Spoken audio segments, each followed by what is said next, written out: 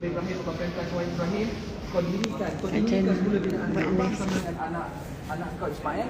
Maka Nabi Ibrahim bina semula Kaabah tu. Masa dia bina Kaabah tu, Nabi Ibrahim pijak atas satu batu. Batu tu rapat dengan Kaabah sebenarnya. Batu tu akan mengikut jarak ketinggian Nabi Ibrahim perlukan. So Ismail akan bagi batu ke Ibrahim, dan Ibrahim nak pergi letakkan tempat tinggi, batu tu akan naik tinggi. Dan Ibrahim nak tempat rendah, batu tu akan turun rendah. Macam forklift lah. Ya, macam forklift. Dan batu tu sekarang ni duduk dalam satu bekas namanya makam Ibrahim. Cuma dia jauh kan. By logic, macam mana Nabi Ibrahim pijak atas batu tu nak bina Kaabah jauh kot. Benda tu dialihkan. Batu tu asalnya rapat dengan Kaabah. Kalau kita tengok Kaabah hari ni, di pintu Kaabah, sebelah kanan tu kita akan dapat batu-batu warna coklat macam kat tepi tu. Itu dipanggil Syazarwan Jibril. Masa Nabi SAW turun Mi'raj, dapat solat subuh yang pertama, Jibril ajar Nabi dekat tepi pintu tu. Kalau hari ni kita tawaf nanti insya-Allah, macam dulu orang rapat dekat Kaabah, sekarang ni Kaabah orang kena jarak, jadi kita boleh nampak apa saja yang ada sekitar Kaabah. Nampak pintu, belah kanan pintu ada batu-batu coklat yang pecah-pecah, tu dipanggil Syazarwan Jibril, dan dikatakan Jibril duduk situ. Jibril ajar Nabi tentang solat. Solat subuh di awal waktu. Jibril ajar Nabi follow semua. Esok Jibril ajar pula solat di hujung waktu pula. Zuhur, Asar, Maghrib, Isyak semua. Lepas tu Jibril beritahu inilah antara dua waktu yang bukan waktu solat. So Jibril ajar tu kat mana? Ke area Syazarwan Jibril. Sebelah kanan sikit Syazarwan Jibril, kalau kita perasan dekat Kaabah tu, bawah tu dia ada macam batu sengit macam ni kan. Dia panggil Syazarwan. So batu ni foundation. Kalau dulu Kaabah dia tak ada benda tu. Bila batu hujan sikit, akhirnya masuk air runtuh Kaabah. Jadi akhirnya mereka buat Syazarwan foundation keliling.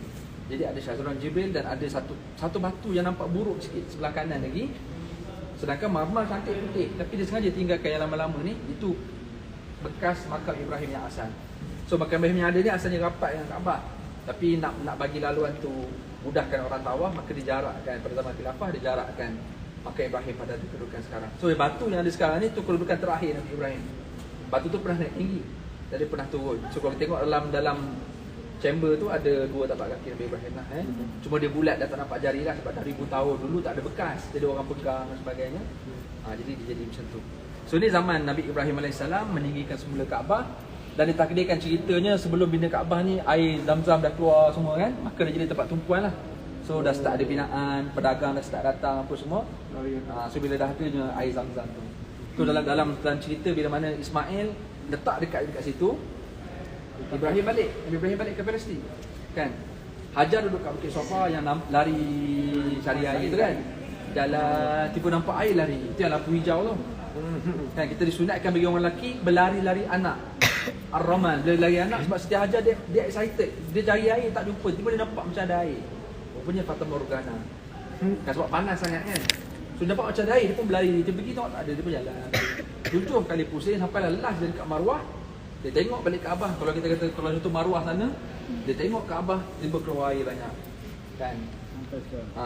Bila Jibril AS keluarkan air tu, ni ada cerita kat sini lah Jibril keluarkan air tu, dan akhirnya Siti Hajar pun cepat pergi ke situ dan dia kepung air tu. So dia kepung air tu namanya Zam-Zam. Dia kepung guna apa Ustaz? Dia kepung guna tangan, dia letak batu-batu. Kalau tak air tu tersebar dan dikatakan dalam sejarah, kalau tidak dikepung, air tu akan membanjiri dan juga menenggelamkan balik bumi ni. So dia kepung tu namanya Zam-Zam. So Zam-Zam maksudnya kepungan air yang keluar daripada tapak kaki Jibril tu. Okey. Jibril yang pijak kawasan tu menyebabkan keluar air. So asalnya tempat ni memang tak ada air kan. Wadi Zizra'in, lembah yang tak ada sebarang tanaman, maksudnya tak ada sebarang sumber air lah. Tadi saya kata apa, Kaabah tu binaan pertama okey. untuk manusia. Kaabah ni binaan yang pertama Allah sebut dalam Quran, inna awwala baitin wudi'a lin-nasi alladhi bi Bakkah mubarakah. Sesungguhnya rumah Allah yang pertama yang dibina untuk manusia. Allah guna perkataan wudi'a lin-nas, yang diletakkan untuk manusia atau dibina untuk manusia, bi Bakkah mubarakah, di sebuah tempat namanya Bakkah, iaitu nama lama bagi nama Mekah. Nama asalnya namanya Bakkah. Jadi bila ulama sebut kenapa Allah guna perkataan rumah Allah yang pertama dibina untuk manusia, jadi ulama bincang sama ada yang membinanya bukan manusia, mana sebelum zaman Nabi Adam lagi, iaitu para malaikat. Dan ada juga ulama sebut yang binanya adalah Nabi Adam AS. Okay, jadi lepas tu runtuh bersama Nabi Nuh, dibina semula oleh Nabi Ibrahim AS. Bila Nabi Ibrahim bina, lepas dia bina Kaabah, dia duduk dekat area Bukit Sofa tu, tempat kita sa'i tu. Ada sebelah tu nama Jabal Abi Qubais. So area situ Nabi Ibrahim duduk. Dia kata, ya Allah, aku dah sekarang aku dah bina Kaabah. Apa aku nak buat? Okay, itu yang ada dalam surah Al-Baqarah cerita tu kan. Rabbana arina manasikana. Ya Allah, tunjukkan kepada kami cara ibadat kami. Jadi Allah perintahkan Ibrahim buat ibadat-ibadat tertentu, dan antara lainnya Allah perintahkan lepas Nabi Ibrahim bina Kaabah, Allah perintahkan Ibrahim kau seru manusia untuk datang. So sebenarnya kita datang ke Mekah atau Madinah ni adalah seruan daripada Nabi Ibrahim alaihissalam. Kita mana seruan tu beribu tahun dulu. Hari ini Allah panggil kita untuk datang menyahut seruan Nabi Ibrahim tu. Dia akhirnya kita menyahut labbaikillah labbaik tu. Allah ajak kita melalui Nabi Ibrahim dan kita sahut seruan tadi tu. Alright. Okay, laju-laju sikit. Kalau tak maghrib tak habis. Okay, lepas zaman Nabi Ibrahim, Nabi Ismail, keturunan dia, Nabi Ibrahim dah tak ada, dah balik Palestin. Ismail pun dah nak meninggal semua. Jadi dia ada satu keturunan orang-orang yang pedagang-pedagang ni, dia dah makin ramai masuk Mekah, namanya kaum Jurhum. Kaum Jurhum. So beratus tahun dah sebelum masuknya zaman Jahiliyah. So senang ceritanya zaman Nabi Isa, kalau kita ingat kronologi Nabi Ibrahim, dia ada anak Ismail daripada Hajar, daripada isteri kedua.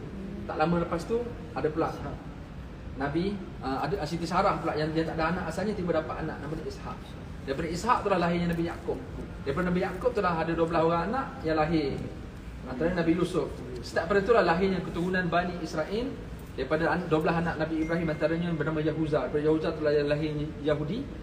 Daripada Nabi Yaakob, Ishak, Yaakob, Yusuf, Ayub, Shu'aib, Harun, Musa, Daud, Sulaiman, itu semua tu sampai Nabi Isa. Majoriti ada yang bukan, adalah Bani Israel.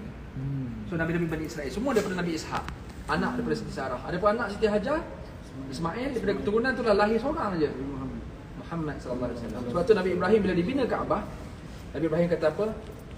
Rabbana wa ba'as fihim rasulan minhum. Lepas dibina Kaabah, dia kata, wahai Tuhan, wahai Allah, utuskan seorang rasul di kalangan mereka yang duduk dekat Kaabah.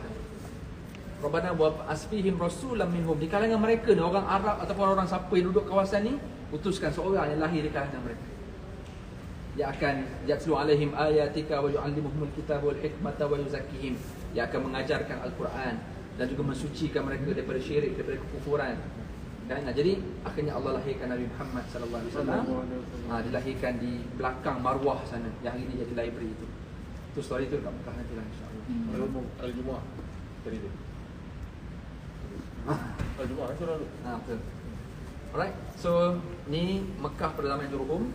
Kita laju lagi. Yang belah kiri ni, kalau nak tengok sebelah kiri ni, okey, sekejap yang belah kanan ni, Ini zaman Qusay bin Kilab, ni zaman datuk moyang Nabi lah. Okey. Ni zaman moyang Nabi, sudah makin ramai orang datang. Sudah pada Qusay tu dah lahirnya akhirnya Abdul Muttalib, pada Abdul Muttalib telah lahirnya Abdullah bapa Rasulullah SAW. So daripada zaman Nabi Isa ke zaman Nabi Muhammad ni maka masa 500 tahun tidak ada Nabi. Okay, daripada Nabi Isa sampai Nabi Muhammad tak ada Nabi, tu yang zaman jahiliyah berlaku tu. Tapi keturunan Rasulullah mereka tidak jahil. Mereka dipanggil ahli fitrah. Mereka ni orang baik-baik yang beramal dengan orang soleh daripada keturunan-keturunan dulu. Dan akhirnya mereka menjadi ahli fitrah, orang baik-baik dan orang baik-baik. Nabi Ismail ni semua tauhid. Tauhid kepada Allah. Walaupun Nabi dah terputus 500 tahun tak ada Nabi, tapi keturunan mereka itu bukan keturunan Nabi, tapi mereka itu adalah orang yang baik-baik semua. Kan? So dia tu tak ada Islam lagi kan? Bukanlah, dia panggil ahli fitrah dia panggil.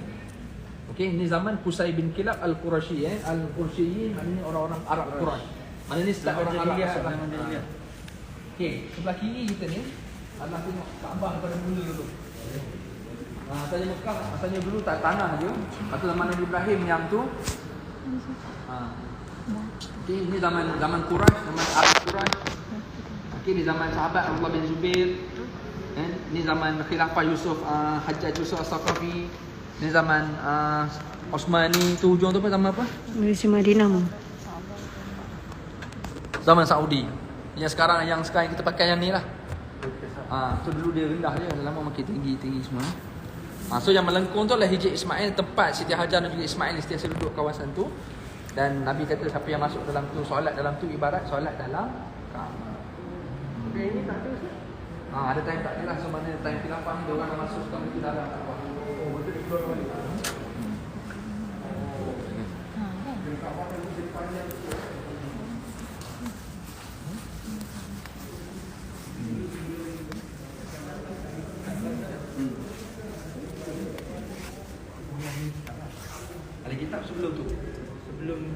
Isa.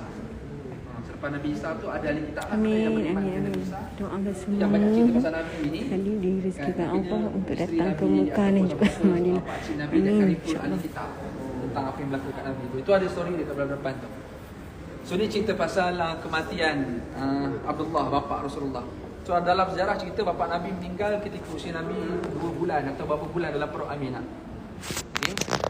So kalau di masjid Nabi, Nabi duduk kat area Madinah lah, tapi macam tak dalam Madinah. Nama tempat dia dulu, nama dulu lama lah Yasrib ke apa semua. Jadi ada satu perkampungan dekat area masjid Nabi sekarang ni, dipanggil perkampungan Bani Najjar. Mana area-area kawasan Kubah Hijau tu juga, belah tepi kiri Kubah Hijau Amin, tu. thank you. Kita akan jumpa perkampungan Bani Najjar tu, kawasan kampung bapak Teringat yang zaman kita Muhammad bersama-sama. SAW, iaitu Abdullah bin Abdul Muttalib. Dekat Madinah, dekat area tepi-tepi masjid sebelah kiri. Nabi balik kampung dia lah. Jadi bila mana Nabi belum lahir lagi masa tu tau. Nabi dalam perut Aminah. Ni cerita Nabi belum lahir lagi. Ni masa bapa Nabi kahwin dengan Aminah. Tahun kelahiran tu ni serangan tentera Yaman Abraha. Kan sebab Yaman dia ada satu tempat dekat Hadramaut, dia orang Yaman kan. Hadramaut pula dekat Sana'a. Sana'a. Dekat Sana'a ada satu tempat dia panggil Qulais. So tentera Abraha ni raja Yaman, dia ada binaan juga. Tapi dia keras sebab ramai orang pergi ke Kaabah. Jadi dia tak puas hati. Jadi dia dekat Sana'a tu dia ada satu kawasan Qulais, dia macam budak dekat Old City, dekat Sana'a tu. Jadi dia tak puas hati, jadi dia nak datang dengan gajah dia nak serang Kaabah. Itu yang ni zaman apa sebelum Nabi dilahirkan, dan kerana tahun yang sama lah Nabi lahir, maka sebetulnya dipanggil tahun Nabi. Ini dalam surah Al-Fil cerita pasal tentera bergajah. So Abdul Muttalib di antara orang besar Mekah yang jaga Kaabah masa ni, dia serahkan kepada Tuhan. Dia kata, ya Allah, engkau yang memiliki Kaabah, hari ni ada orang nak hancurkan Kaabah, aku serahkan kepada kau. Akhirnya Allah hantar burung-burung ni, bagi sampel lah burung ababil yang bawa batu daripada Sijil. Faja'alahum ka'asfin ma'kul. So daging-daging burung daging-daging gajah ni ibarat daun kering yang dimakan ulat. So tempur. Akhirnya mereka tak dapat nak hancurkan Kaabah. Tahun yang sama lah lahir Nabi Muhammad sallallahu alaihi wasallam. Bulan jadi terang, api Majusi padam, istana Kisra runtuh. Okey, pada tahun ni lah, sudah panggil tahun yang sudah kita lalui.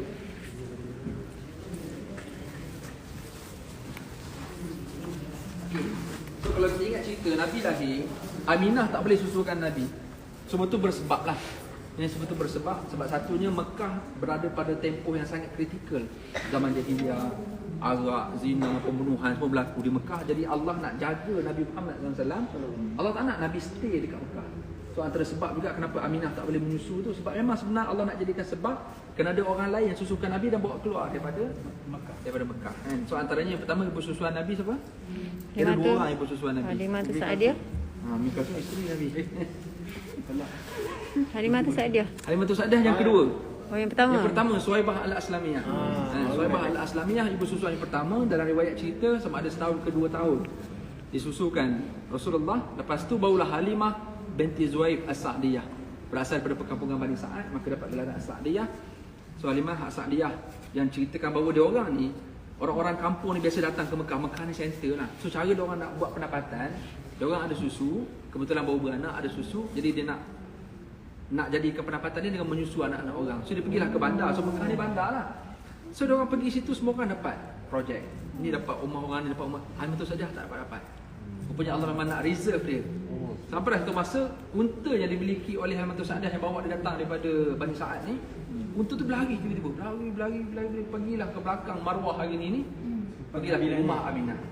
Unta tu pergi rumah Aminah, dia stay situ. Jadi Halimah tu Sa'diyah pun rasa macam pelik apasal unta dia lari macam tu sekali.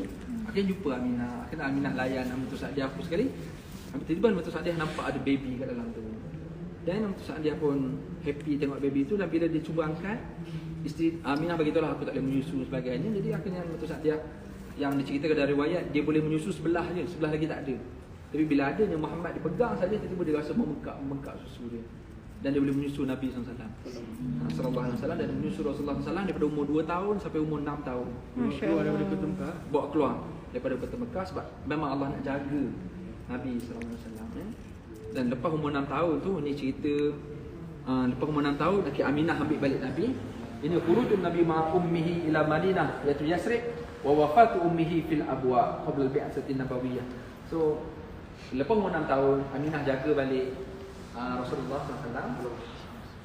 So Aminah bawa Nabi pergi Yasrib, pergi ke tempat tadi itulah yang Abdullah tadi tu, perkampungan Bani Najjar tadi tu. Nak bawa tunjuk inilah kampung Abah, inilah ayah kamu dekat sini semua. So on the way back, dalam keadaan nak pulang balik daripada Madinah, daripada perkampungan Bani Najjar tu, ingat Bani Najjar, kalau kita menghadap kiblat, ini Kubah Hijau, Bani Najjar ada di sini. Tu perkampungan Bani Najjar. So dalam perjalanan balik daripada perkampungan Bani Najjar, Nabi masa tu umur 6 tahun lebih kurang, 6 ke 7 tahun.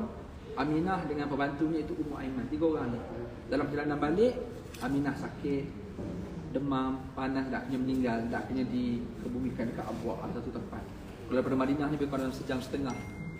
Sebuah bukit yang tak ada apa-apa dan tidak dijaga langsung kawasan tu, tapi orang dapat kenal pasti itulah makam ataupun kubur Sayyidatina Aminah. Jadi dekat Abwa nama tempat dia. Jadilah yatim piatu. Jadi Nabi balik, Nabi pengsan bila Aminah. Dia cerita dalam riwayat Nabi balik dengan Ummu Aiman bawa Nabi memang pengsan. Yang Nabi tak bangun-bangun. Jadi yang jaga Nabi siapa ni? Cerita kat area ni pula Abu Talib jaga Nabi. Abdul Muttalib tu. Daripada umur Nabi 6 tahun, 7 tahun, 8 tahun Abdul Muttalib pula meninggal. Jadi yang jaga Nabi siapa? Abu Talib pula, pakcik Nabi. Daripada umur 8 tahun sampai lah umur 51 tahun.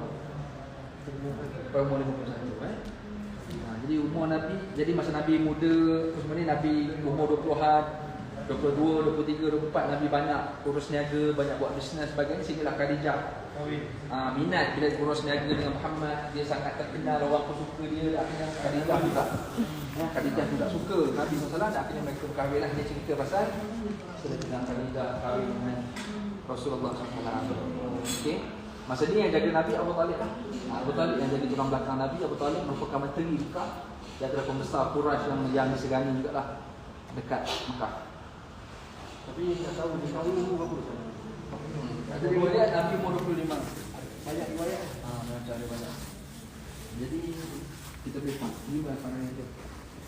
Ini cerita pasal Nabi duduk kat Gua Hira. Kita akan pandai insya-Allah kita akan pandai kat Gua Hira, peristiwa wahyu pertama. Peristiwa wahyu pertama yang ni cerita pasal permulaan dakwah Nabi. Nabi dakwah senyap kan dekat rumah Arkam, dia ada Arkam dekat area Bukit Sofa tu. Tempat kita sa'i tu, situ rumah, ada satu rumah seorang pemuda, orang muda. Nabi jadikan dia sebagai tempat untuk berhimpunnya orang-orang awal Islam ni. Sebab masa tu siapa yang mengaku beriman dengan Nabi memang kena seksa. Ada yang kena seksa mak ayah mati dan sebagainya. Tadi mereka berkumpul di satu rumah.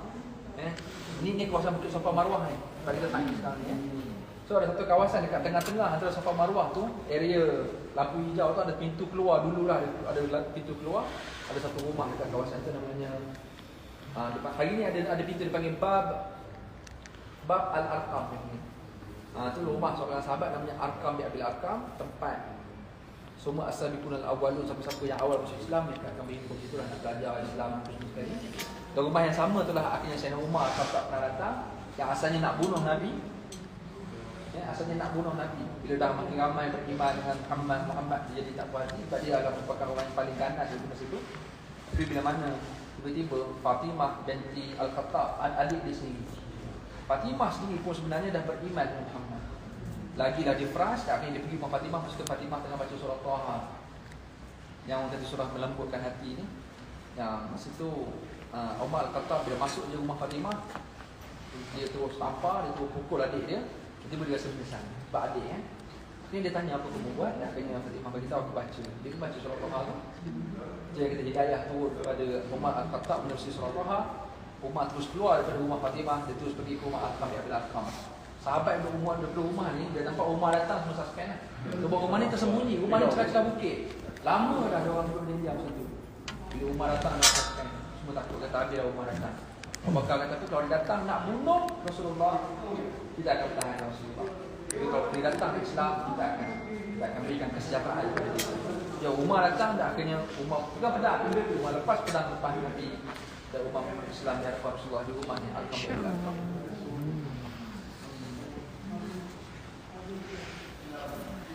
Ini start orang-orang Ethiopia, orang Afrika, macam-macam orang datang ke Mekah, melakukan perdagangan dan sebagainya. So semua ni cerita pasal Mekah dah makin subur lah, Mekah dah makin maju semua.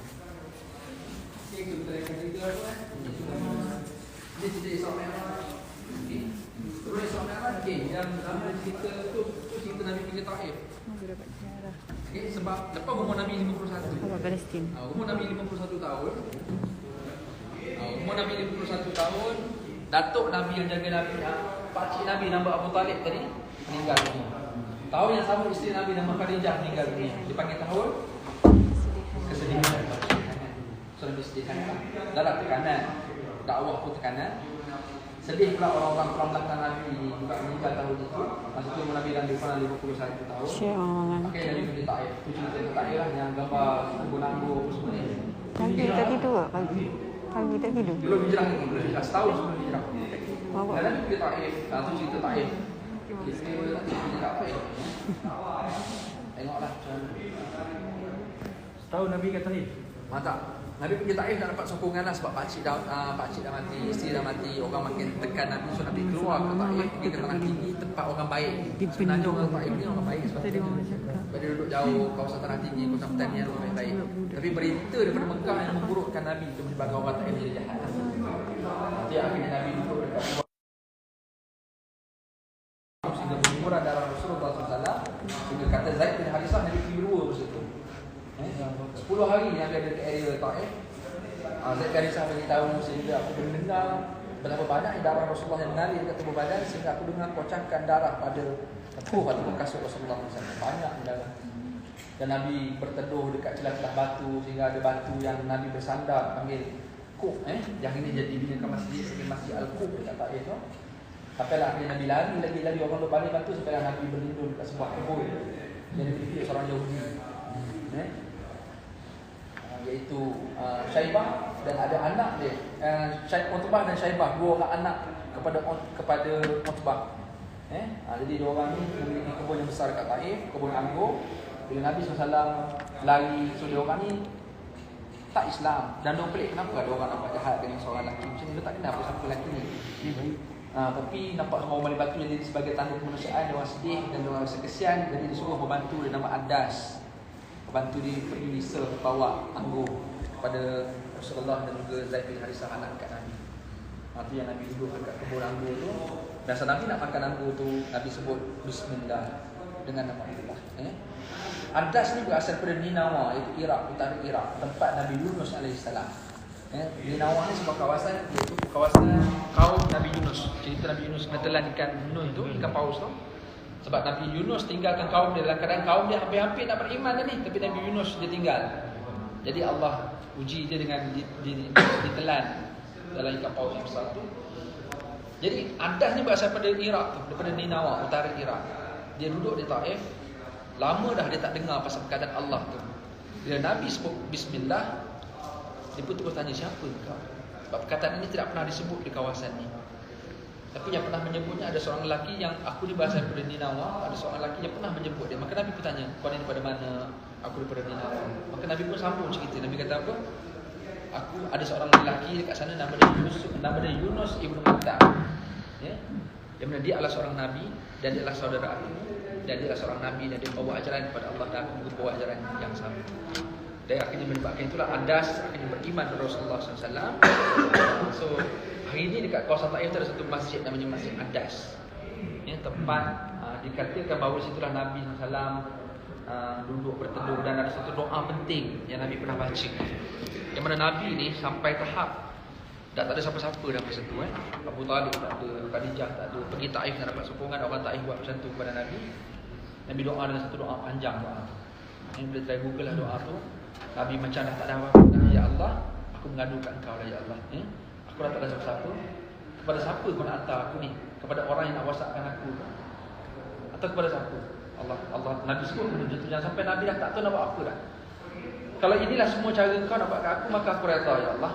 Aku harapkan semoga engkau memberi bantuan kepada aku. Dan akhirnya itulah antara doa Nabi SAW. Dan disebabkan doa itu juga sebenarnya sehingga ada riwayat cerita bahawa malaikat pun tak tahan tengok apa yang berlaku pada Nabi. Malaikat tak tahan. Sehingga Jibril pernah datang jumpa Nabi dekat Taif. Ada yang kata ketika Nabi keluar daripada Taif, Jibril bawa beberapa malaikat yang menjaga gunung-gunung sekitar Taif, sekitar Mekah. Dia panggil Akhbasain. Gunung-gunung besar ni. Mekah ni dan Taif semua kawasan gunung. Jibril offer dan malaikat Malakul Jibal dipanggil. Malaikat penjaga gunung ni offer yang Muhammad, kalau inilah yang dibuat oleh orang Taif kepada engkau, izinkan kami untuk mengangkat gunung-gunung besar ni Al-Akhbasain untuk kami hempapkan kepada penduduk Taif. Itu yang akhirnya keluarlah satu ayat daripada Nabi SAW yang masyhur. Nabi kata apa? Allah mahdi qaumi fa innahum la ya'lamun. Relax dulu. Malaikat relax dulu.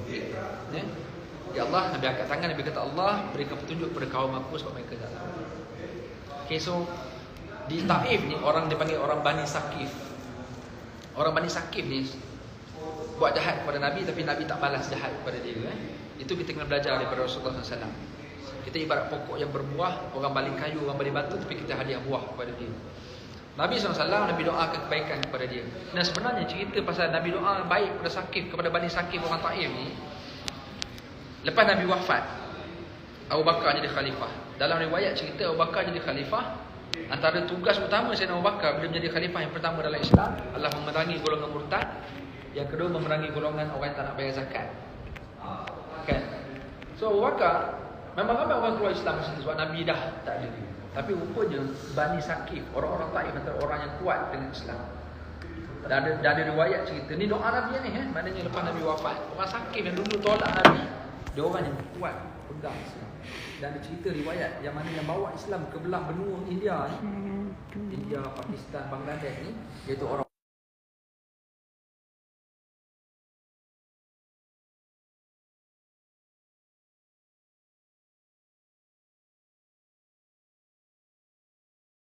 so penting kita balas baik pada orang yang buat jahat. Okay? So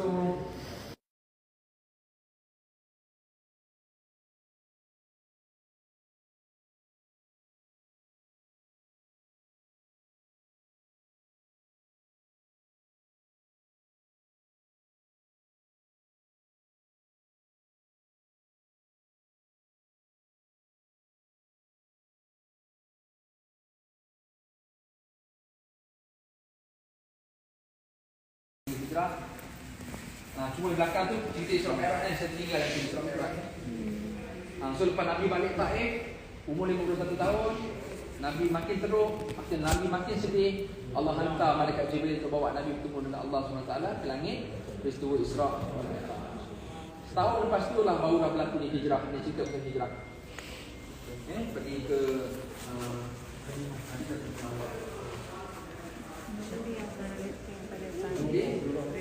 ini cerita pasal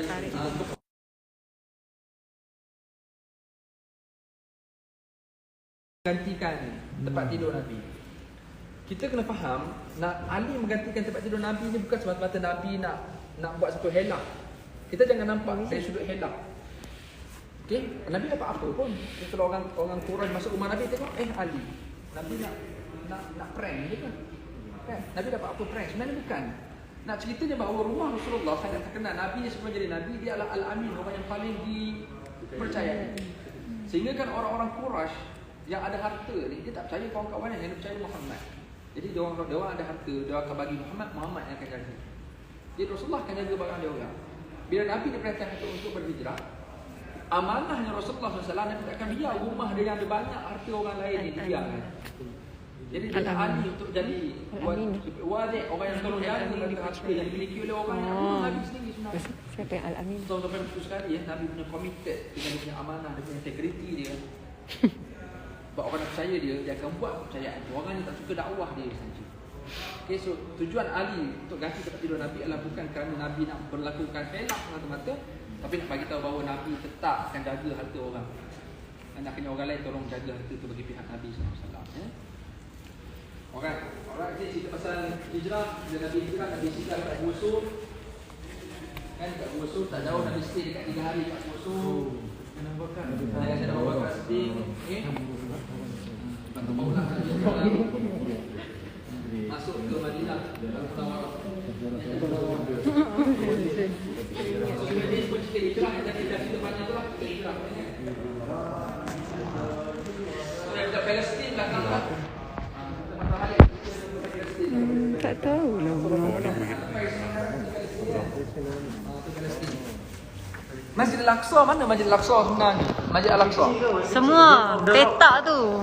So semua compound ni adalah Masjid Al-Aqsa. Semua ni. Yang zaman Sayyidina Umar Al-Khattab yang depan sekali tu. Masjid Al-Aqsa Al-Qadimah yang depan sekali. Yang mana kelabu? Macam mana saya nak pergi sana? Saya nak pergi. Ustaz kuruskan diri Ustaz. Lalu situ. Bagi lalu sikit Masjid Al-Aqsa. Sebab bila cerita Isra Mi'raj, dia masuk Masjid Al-Aqsa. Khaybar. Biasa kalau orang Malaysia masuk ke Palestin, dia akan duduk hotel sebelah sana. Sebab hotel sana dimiliki oleh orang Islam. Belah sini hotel-hotel yang dekat dengan Al-Aqsa ni semua dimiliki oleh orang Yahudi. Ni semua kawasan Yahudi ni. Dia panggil Jewish settlement. Ni belah sini belah Kristian sampai sekarang masih ada lagi. Ni Dome of the Rock kan. Yang bawah dia ada batu yang dikatakan dipercayai bahawa batu itulah Nabi berpijak untuk naik ketika Mi'raj. Subhanallah asra bi amrihi lailan minal masjidil haram ila masjidil aqsa. So Nabi stay dekat area tengah-tengah ni. Kita jangan nampak masjid ni macam tu, tak adalah masjid ni. Kosong lah, tanah berbatu dan sebagainya. Nabi duduk dekat area sini, Nabi mengimamkan para nabi tu kan. So Nabi mengimamkan para nabi tu dekat area nombor 39 ni. 3839 tu yang dikatakan lokasi Nabi mengimamkan para nabi. Cuma soalan saya, Nabi kiblat ke mana masa tu? Sebab lepas Nabi turun Mi'raj, Nabi balik ke Mekah, Nabi kena menghadap ke Al-Aqsa kan. Yang dia cerita dua kiblat tadi kan. Nabi menghadap Al-Aqsa. So kalau Mekah sana, Madinah tengah-tengah, ni Jerusalem, Al-Aqsa. Nabi semayang kat sini, menghadap mana? Opposite Nabi menghadap ke Mekah sebenarnya. Nabi menghadap ke Baitullah. Tapi lepas Allah turunkan solat kepada Nabi, Nabi balik ke Mekah, Allah perintahkan menghadap sini. Masa Nabi sebelum dapat solat, Nabi menghadap sana. Masa Nabi dah dapat solat dekat Mekah, Nabi menghadap sana. Okey. Tahun depan tu berlaku hijrah kan. Lepas Isra Mi'raj, tahun kesedihan tadi kat belakang tu. Tahun selepas tu tahun hijrah, Nabi duduk tengah-tengah namanya Madinah. Mana setahun setengah, 16 bulan total up. 16 bulan Nabi menghadap ke Masjid Al-Aqsa ke sana. Nabi nak menghadap ke sana. Masa Nabi mengimamkan para nabi, Nabi nak menghadap ke Kaabah. Masa Nabi dapat solat, Nabi kena menghadap sana hampir setahun setengah, 16 bulan. Nabi stay tengah-tengah. Nabi tengah sembahyang Zuhur, setengah riwayat kata tengah sembahyang Asar. Turun ayat yang suruh pindahkan ke sana. Itu yang ada masjid dua kiblat, masjid kiblatan tu mungkin kita So Mekah, Aqsa, Mekah balik. So maknanya bila kita duduk Madinah ni sebenarnya kita sedang menyatukan antara dua kiblat. Dan kita dapat dua-dua kiblat sekali. So Nabi semayang ke area situ mengimamkan para nabi. So bawah Dome of the Rock tu memang ada batu, cuma dia bukan batu tergantung lah. Kadang-kadang orang ambil gambar nampak ada batu tu sebab dia ada satu lubang boleh masuk bawah tu. So dan bila kita duduk bawah, kita nampak ada batu atas kepala kita kan. So bila kita ambil gambar, nampak macam ada batu tergantung. Sebenarnya dia bukanlah batu tergantung, dia hanya batu yang melengkung, yang besar. Batu tu untuk apa tadi? Dia taklah tergantung betul-betul. Cuma ada juga pandangan ulama sebut dia bergerak. Tu akhirnya dia menyebabkan dia melengkung tu. Tapi taklah dia terapung pula. Taklah. Tu bukan. Itu batu belah tu bertangkup. Okey. So Nabi SAW datang dengan buraq dan diceritakan dalam riwayat buraq Nabi tambat dekat luar masjid lah. Nabi tak pernah masuk kawasan masjid. Nabi tambat dia dekat area tepi dinding ni. Ni dia panggil Hayatul Buraq ataupun dinding buraq. Ni yang tembok ni kan. Okey. So orang Yahudi, okey, ni dinding ni ada satu tempat kat tengah-tengah ni, ada satu masjid. Kalau belah sana nampak masjid tu, dia panggil Masjid Buraq. So dalam masjid tu kalau kita turun bawah ada satu chain, ada satu macam gelang, simbolik lah bahawa Nabi pernah tambak buraq situ. Okey. So binatang tak dibenarkan masuk dalam kawasan masjid, so Nabi letakkan binatang di luar walaupun di buraq. So tu opposite sebelah sana adalah Masjid Buraq. Opposite sebelah sini ni dipanggil Wailing Wall ataupun dinding ratapan orang Yahudi baca kitab Talmud tu. So area nampak kawasan lapang tu. So orang Yahudi dia baca kitab Talmud tu ke area situ lah. Paling suci dulu. So bagi tu tempat dinding ratapan, tempat paling suci dia kat area di sini. So apa-apa doa ke dia punya rintihan semua dia akan selit celah batu tu. Tak yang batu yang konon macam tergantung tu Rasulullah naik ke langit guna batu tu ke apa? Tak, bukan. Nabi berpijak atas batu tu. So ada diceritakan dalam riwayat batu tu nak mengikut Nabi naik. Tu yang akhirnya dia macam bergerak dan akhirnya dia melengkung. Tapi ada pandangan juga mengatakan bukan batu bergerak, memang batu tu kawasan ni kawasan berbukit. Al-Aqsa, Baitullah, Jerusalem semua ni kawasan yang berbukit. Dan memang Palestin ni memang tanah tinggi. Batu tembok orang musim panas dia sejuk kawasan tu sebab dia tanah tinggi. So semua ni Masjid Al-Aqsa yang orang guna sebab sekarang untuk semayang, dekat sini pun orang guna semayang. Kat sini pun dipanggil masjid Qubatus Sakhra, masjid juga. Sini pun masjid juga, dalam Masjid Buraq. Kat situ pun masjid juga ada panggil Masjid Marwani. So ada banyak masjid dekat area Masjid Al-Aqsa sebenarnya. Maksudnya di petak luar besar ni ke ataupun petak kecil dalam? Petak luar besar kan? Bukannya ni. Ini dia punya tembok ni yang dalam ni. Dalam Dia sebenarnya compound ni lah. Yang ni sampai sini sampai hujung ni. oh daripada maknanya 38, 36, 39, 5, 33, Ni semua 5. dah mana situ. Yang semua tu. Sini 13, 32 tak lah. Sini tak. Okey.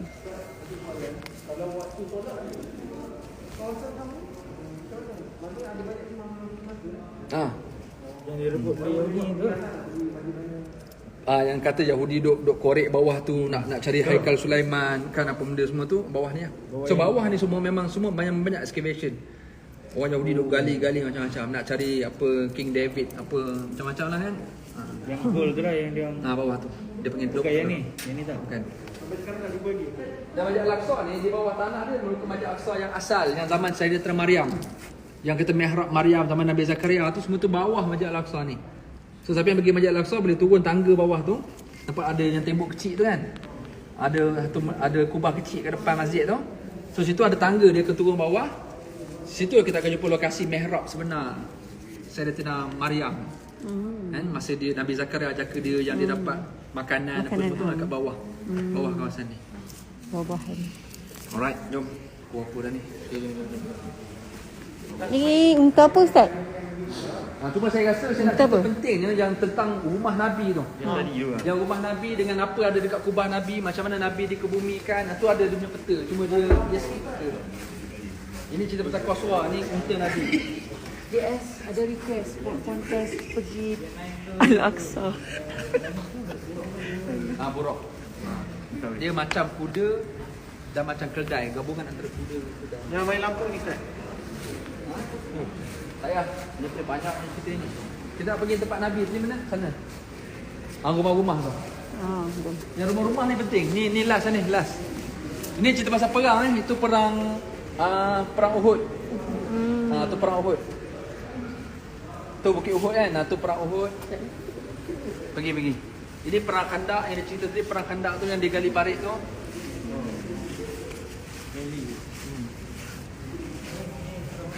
Ni kira replika dia buat perang Khandak lah ni.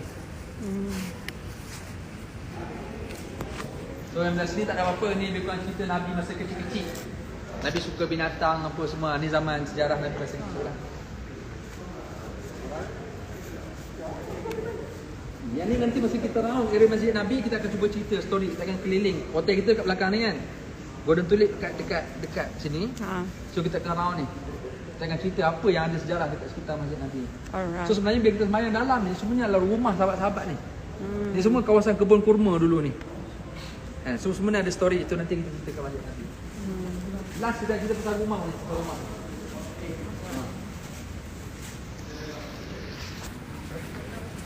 Museum Madinah. Kita akan cerita sini dengan yang ujung tu nanti. Zaman khilafah. So, ini rumah Sayyidina Hafsah, isteri Nabi. Ini rumah Aisyah, rumah isteri-isteri lain semua dari sini lah. Semua rumah isteri Nabi. So, Nabi dikebumikan kawasan ni. Nampak tak lubang tingkap tu? Nampak kan lubang tu kan? Kalau kita nak pergi yang besar sikit yang ni lah. Kita pergi yang sini. Kan tengah lubang tingkap.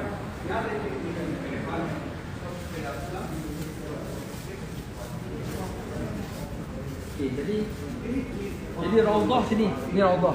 Luan sikit jap. Okay, ni Raudhah. Kalau muslimat akan masuk ikut sini, sembahyang sini kan. Kalau lelaki dia akan masuk Babus Salam, dia akan lalu depan ni.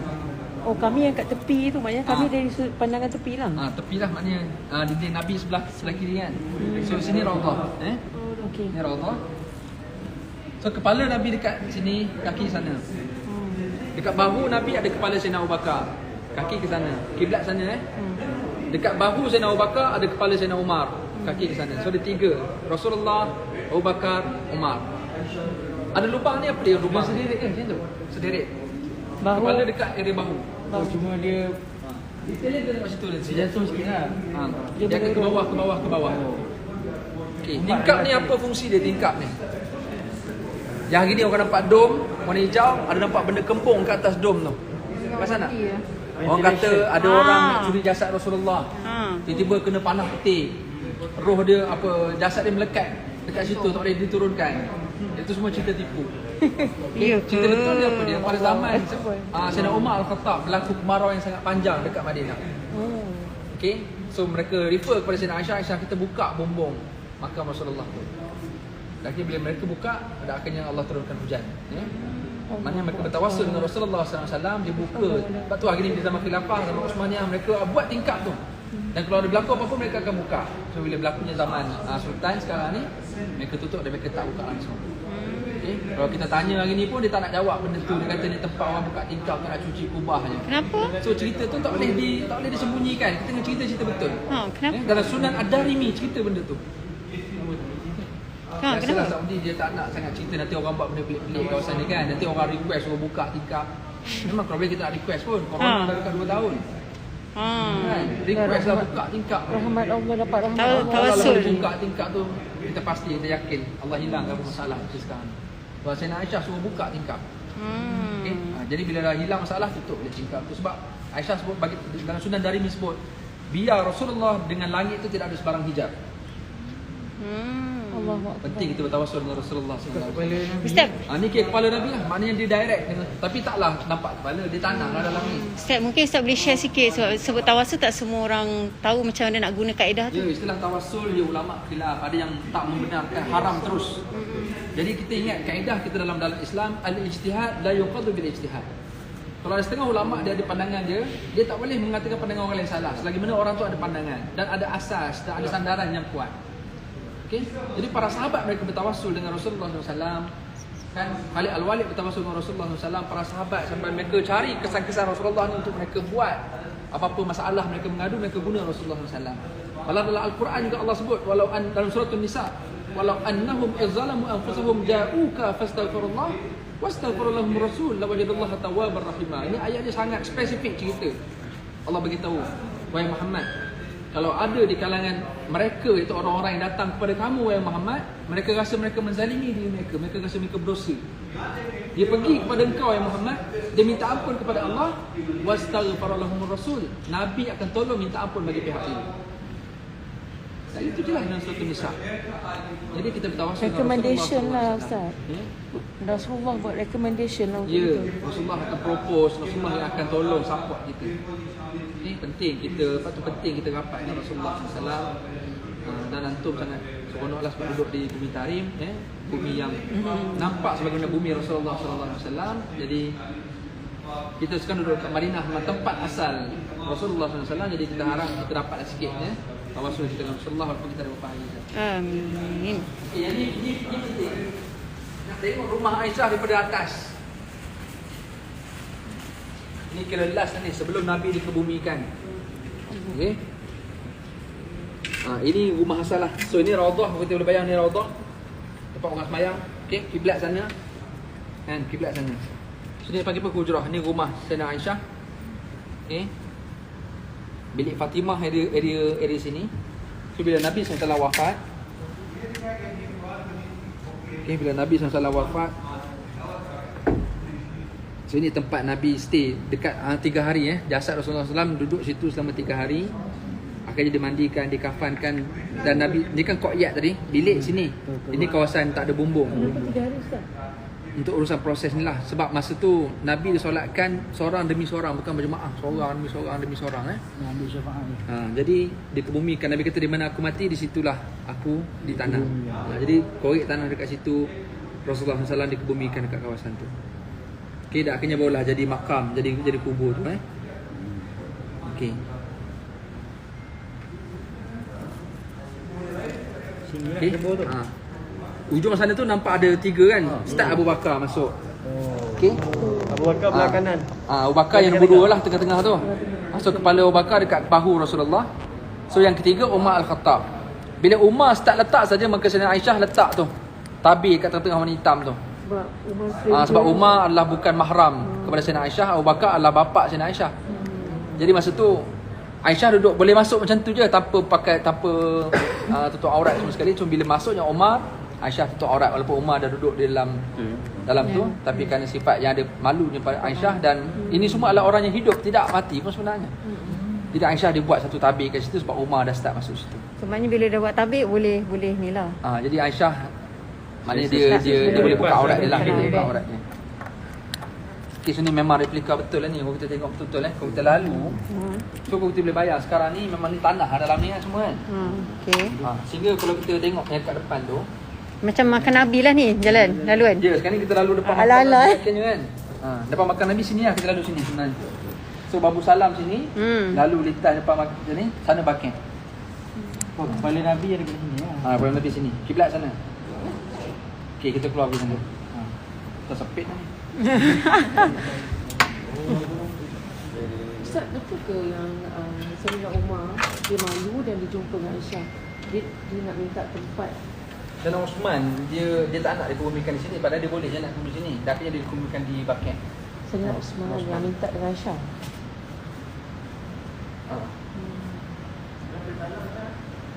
Ini cerita Bakin.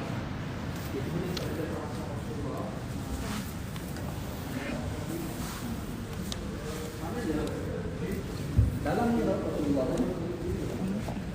Dalam ni tanah kalau kita consider tanah dalam ni. Okey. Dalam ni tanah. Bermaksud kalau kita ziarah Nabi, kita tengok dekat pagar yang ada lubang tu. Sebenarnya kita sedang memandang wajah Rasulullah sebenarnya. Kat mana? Kat mana? Ke kanan. Rasulullah menghadap kiblat kan. Kita membelakangi kiblat. Sebenarnya kalau kita nampak tengok lubang besar tu kan. Lubang besar yang ketiga tu. Yang orang yang kaum muslimin boleh tengok tu. Yang orang lelaki lalu depan ni. So bila kita lalu jumpa lubang pertama, lubang kedua tu tak ada apa-apa. Kalau kita teropong dalam tu kosong-kosong. Tu rumah Sayyidatina Fatimah, anak Rasulullah dengan Sayyidatina Khadijah. Lumpur lubang yang ketiga dia tulis satu sign ni, hatatu haza maqam Rasulullah. Ini adalah makam Rasulullah. So Nabi duduk dalam ni penuh dengan tanah. So seolah-olahnya kalau kita buang kelambu warna hijau tu, kita buang dinding tu, kita akan jumpa dalam tanah adalah Rasulullah. Masya-Allah. Dan so maksudnya kalau kita jenguk bawah tu, kita sedang memandang direct dengan Rasulullah SAW. So kita bagi salam tu, kita cakap ya Allah haramkanlah wajah aku daripada api neraka, aku memandang wajah Rasulullah. Kita boleh sebut macam tu lah. Selepas tu kepala Sayyidina Abu Bakar, lepas tu kepala Sayyidina Umar. Jadi paket sebelah mana lah kan. Ustaz, kalau masa dekat Kubah Hijau kita ziarah daripada luar, kalau kita nak doa ke apa, kita menghadap Kubah ke? Itulah sebenarnya memanglah sebaik-baik doa menghadap kiblat. Okey. Cuma kita ni 3-4 hari je ada dengan Nabi. Tak sanggup kita nak membelakangkan Nabi. Itu je cerita dia. Kan? Jadi kita nak menghadap Nabi bukanlah maksud kita nak minta dengan Nabi, kita nak minta dengan Allah. Kan? Cuma yalah dia nampak tak berapa cantik dia susunan. Kalau kita adapun kalau orang perempuan duduk belakang Nabi ziarah dekat Raudhah, memang Nabi duduk depan dia kan. Susunan dia berdoa menghadap kiblat dan masa sama dia memandang Rasulullah daripada belakang. Tapi yang jaga tu dia tak dia kata aja dia suruh dia tak bagi kita doa. Dia bagi doa macam tu, dia suruh menghadap kiblat. Sebab pada dia macam kita menyembah kubur lah, menyembah kalau kita tangkap gambar, tak ada. So cerita kes orang yang nak curi jasad Rasulullah yang terabuk kat atas tu sebenarnya tak ada lah. yang Tu yang nampak kat kubah mana ada ni. tingkap sebenarnya kan. Ustaz, kalau kita belakang kan Kubah Hijau Ustaz. Yang cerita pasal Yahudi korek bawah tu tak kena dia letakkan tebing tu kan. Itu betul. Itu je cerita dia. Yang tu satu ada. lah, pernah sekali je lah. Itu sekali. So tak ada yang naik atas ada. Yang tu ada. Dah hampir Ustaz kan. Dan maknanya zaman khilafah yang akhirnya buat dinding dalam. Bawah tu tak mesti habis lah. Ustaz. Kalau kita kan Kubah Hijau belakang, kita pun tangkap gambar membelakangi Nabi, tak apa ke? Tak apa.